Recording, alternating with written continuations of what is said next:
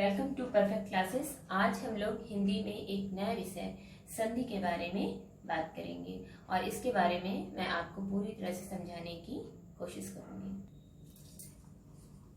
संधि को समझने के लिए पहले हम इस तरह के एक दो उदाहरण देखते हैं। देखिए, मैंने लिखा हुआ है हिम धन आलय। इसको जो हमने पढ़ा मिलाकर तो हिमालय।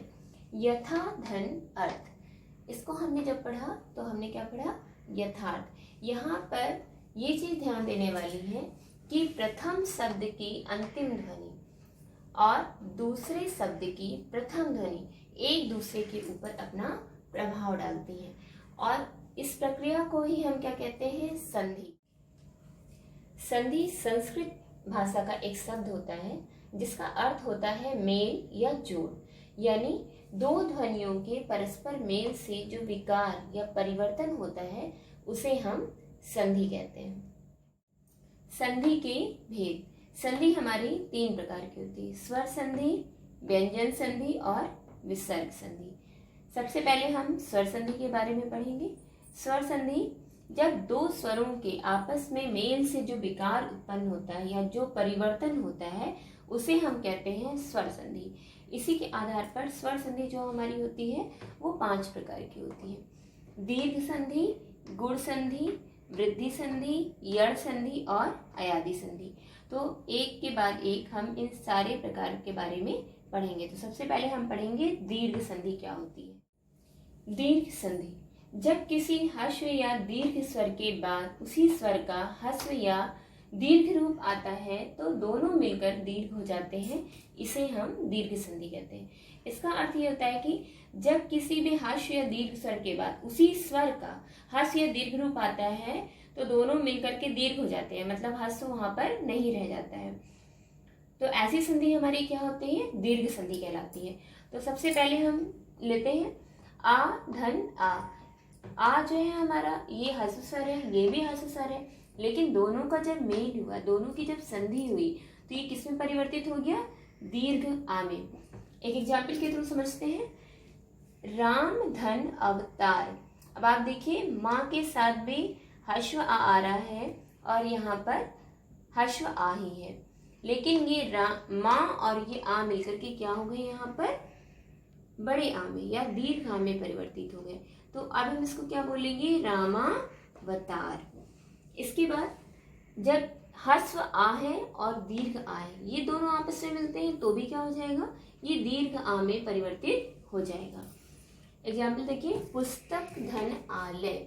अब का के साथ तो आपका ह्रस्व आ का साउंड आ रहा है, जबकि आ ये क्या है? आपका दीर्घ आ है। लेकिन जब आपका ह्रस्व आ और दीर्घ आ दोनों मिले तो क्या हो गया? पुस्तकालय। कहाँ पर क्या हो गया? दीर्घ आ की मात्रा आ रही है। इसको हमने क्या पढ़ा? पुस्तकालय। आलय मतलब होता है घर, पुस्तक घर, तो इसको हमने क्या पढ़ा? पुस्तकालय।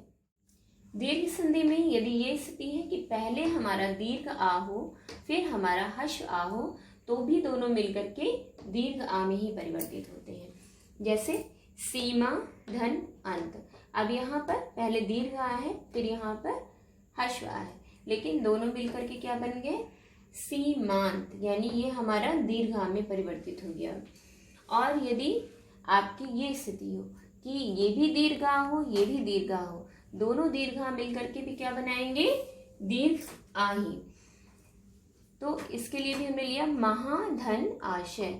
यहाँ भी दीर्घ आ है और यहाँ पर भी दीर्घ आ है, मिलकर के क्या बने? हाँ, महाशय।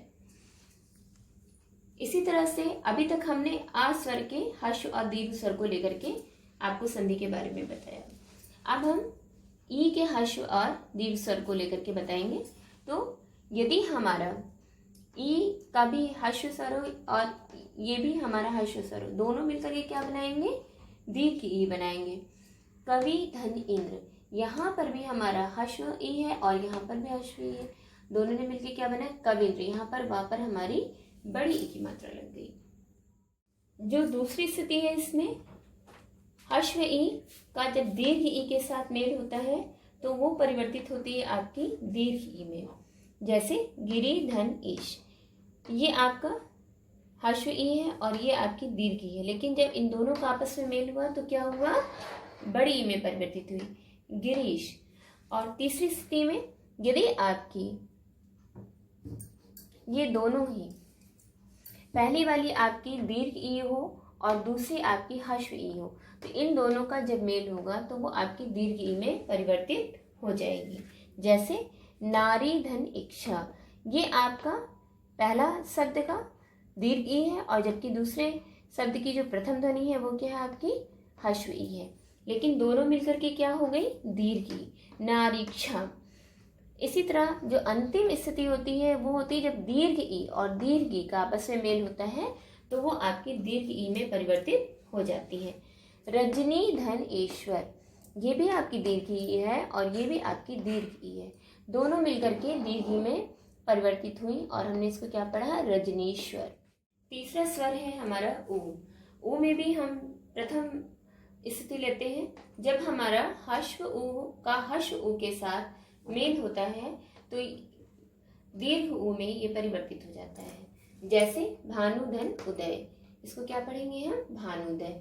ये हमारा हश्व ऊ था, ये भी हमारा हश्व ऊ था, लेकिन ये किस में परिवर्तित हो गया, दीर्घ ऊ में।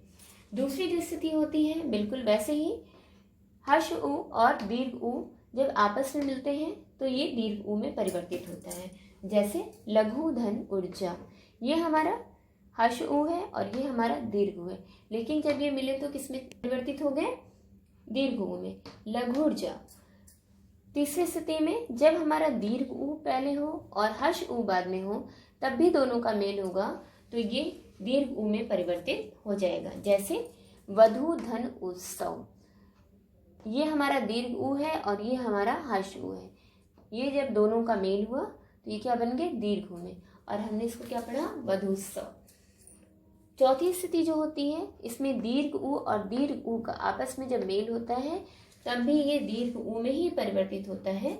जैसे भू धन ऊर्ध्व, ये भी हमारा दीर्घ ऊ है और ये भी हमारा दीर्घ ऊ है और ये हमारा परिवर्तित भी दीर्घ ऊ में ही होता है।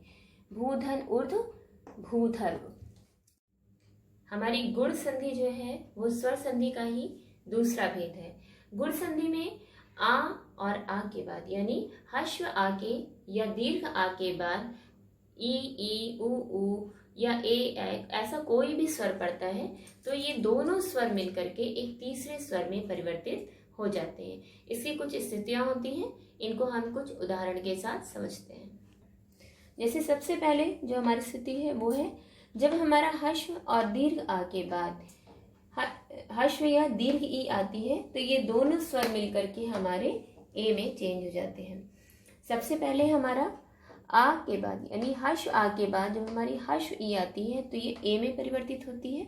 जैसे देव धन इंद्र, ये हमारा हश्व आ है और ये हमारा हश्व ई है, लेकिन दोनों मिलकर के क्या बन गए, वे, इसको हम क्या पढ़ेंगे, देवेंद्र।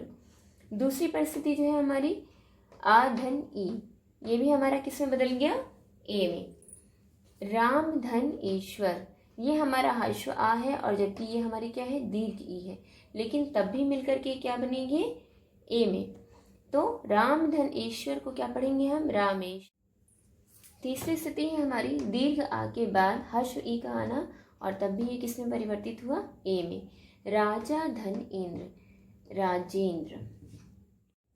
चौथी स्थिति है हमारी आ धन ई, ये भी हमारी किस में परिवर्तित हुई, ए में। गंगा धन इश, ये भी हमारा दीर्घ है और ये भी हमारा दीर्घ है, लेकिन ये हमारा ए में परिवर्तित हो गया, गंगेश। अब दूसरा जो परिस्थिति है हमारी आती है जब हमारा हश्व या दीर्घ आ के बाद हश्व या दीर्घ ऊ आते हैं और इनका आपस में मेल होता है तो ये तीसरे स्वर ओ में परिवर्तित हो जाती है। तो इसमें भी जो पहली स्थिति है दीर्घ हश्व आ और हश्व ऊ का जब मेल होता है तो ये आपका दीर्घ ओ में बदल जाता है। सूर्य धन उदय, सूर्योदय। दूसरी आ का जब ऊ के साथ मेल होता है तो ये ओ में परिवर्तित हो जाता है, सूर्य धन उष्मा, ये भी आपका क्या हो गया, सूर्योष्मा। यहाँ पर आपका ये हश्व आ था और मेल किससे हुआ, दीर्घ ऊ के साथ। तब भी किस में परिवर्तित हो गया, ओ में।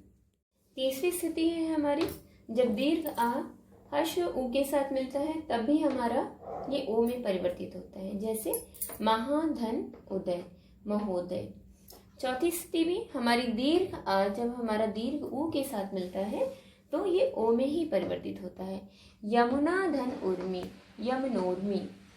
और जो हमारा तीसरा स्थिति ही है वो ये होती है कि जब दीर्घ या हर्ष आ आपका री के साथ मिलता है तो ये अर स्वर में बदल जाता है।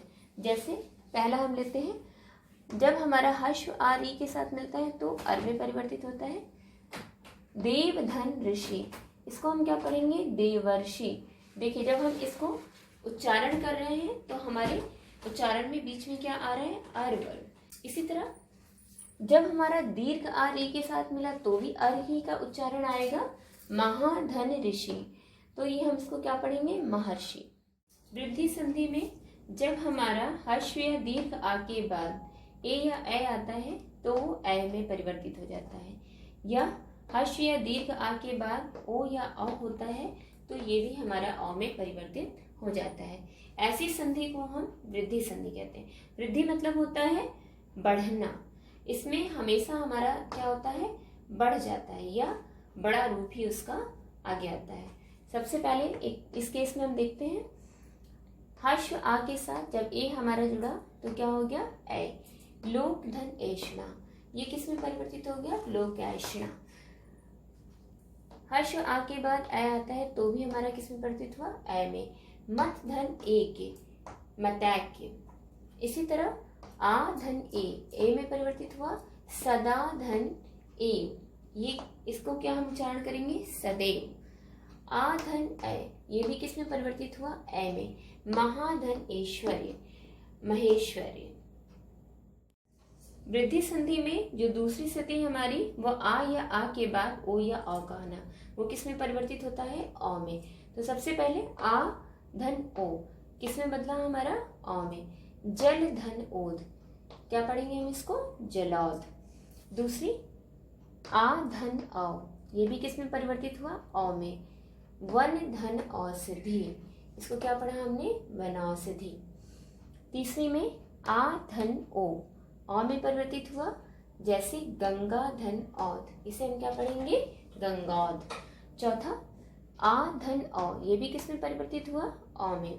महाधन औषधि, महोषधि। तो आपने वृद्धि संधि में देखा, चाहे वो हश्व या दीर्घ आ के साथ हमारा चाहे ए या ओ जो भी ये भी हमारा मिल रहा है वो किस में परिवर्तित हो रहा है, हमारा दीर्घ स्वर में आ रहा है। जैसे औ औ आप देख रहे हैं सभी किस में चेंज हो गए, आपके दीर्घ स्वर में। हमारी चौथी स्वर संधि है यण संधि। यण संधि में जब भी हमारा दीर्घ या हश्व ई उ और री के बाद कोई भी अन्य स्वर आता है तो ई के बाद यदि हमारा अन्य स्वर आता है तो वो या में परिवर्तित हो जाता है। उ के बाद यदि हमारा कोई अन्य स्वर आता है तो वो वा में परिवर्तित हो जाता है, और री के बाद यदि हमारा कोई अन्य स्वर आता है तो वो रा में परिवर्तित हो जाता है। ऐसी संधि को हम क्या कहते हैं, यण संधि। पहला हम देखते हैं, यदि हमारा हर्ष या दीर्घ ई के बाद कोई अन्य स्वर आता है तो वो परिवर्तित होता है हमारा या में। अति धन अधिक, यहाँ पर आपका हर्ष ई है जिसका मेल दूसरे स्वर आ से होता है और ये किस में बदल गया, या में। अत्यधिक। इसी तरह दूसरे केस में जब हमारा हर्ष या दीर्घ उ के बाद कोई दूसरा स्वर आता है तो वो परिवर्तित होता है वा में। उदाहरण देखिए, सुधन अक्ष, ये हमारा किस में परिवर्तित हुआ, स्वच्छ। यहाँ पर हमारा हर्ष उ दूसरे स्वर आ के साथ मिलता है तो ये आपका परिवर्तित किस में हो रहा है, वा में। तो इसको हमने क्या उच्चारण किया, स्वच्छ। तीसरा जो इसमें स्थिति होती है वो होती है री, जब आपके किसी दूसरे स्वर के साथ मिलता है तो वो परिवर्तित हो जाता है रा में। जैसे पितृधन आज्ञा, री आपका आ के साथ मिल रहा है तो इसको हमने क्या पढ़ा, पित्राज्ञा, आपका किस में परिवर्तित हो गया, रा में। स्वर संधि का पांचवा रूप है अयादी संधि। अयादी संधि में जब ए ओ औ के बाद कोई भी अन्य स्वर आते हैं तो वो क्रमशः ए, आई, औ और आओ में परिवर्तित हो जाते हैं। इसको उदाहरण की मदद से समझते हैं। सबसे पहला, जब ए के साथ आ हमारा मेल होता है तो क्या किस में परिवर्तित होता है? ए में। जैसे से धन अयन, इसको हम क्या पढ़ेंगे? सयन। ए का मेल किसके साथ हुआ? आ, यानी अन्य स्वर के साथ। दूसरा, ए धन आ किस में परिवर्तित होता है? आय। गय धन अक, इसको हम क्या उच्चारण करेंगे? गायक। इसमें ए का मेल अन्य स्वर आ के साथ होता है, तो ये किस में परिवर्तित हो गया? आपका आय के साथ। और तीसरा है हमारा ओ धन आ, तो हमारा क्या किस में बदलेगा? औ में। भो धन अन, इसको हम क्या उच्चारण करेंगे? भवन। इसी तरह चौथा, औ धन उ, ये हमारा किस में परिवर्तित हुआ? आओ। भौ धन उक, ये मिलकर के क्या बने? भावुक।